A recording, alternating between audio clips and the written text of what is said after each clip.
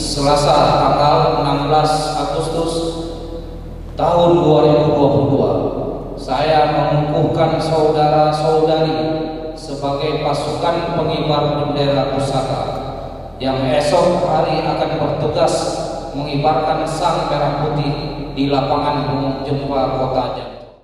PJ Bupati Aceh Besar Muhammad Iswanto pada Selasa 16 Agustus 2022 mengukuhkan pasukan pengibar bendera pusaka Kabupaten Aceh Besar yang akan mengikuti upacara bendera HUT ke-77 Republik Indonesia di Kota Janto.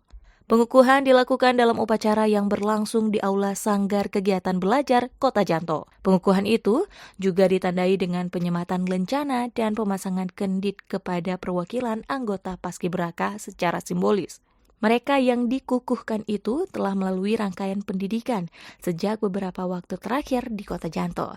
Pasukan pengibar bendera pusaka ini akan bertugas menyukseskan upacara mengibarkan dan menurunkan bendera pusaka yang akan berlangsung pada Rabu besok 17 Agustus 2022.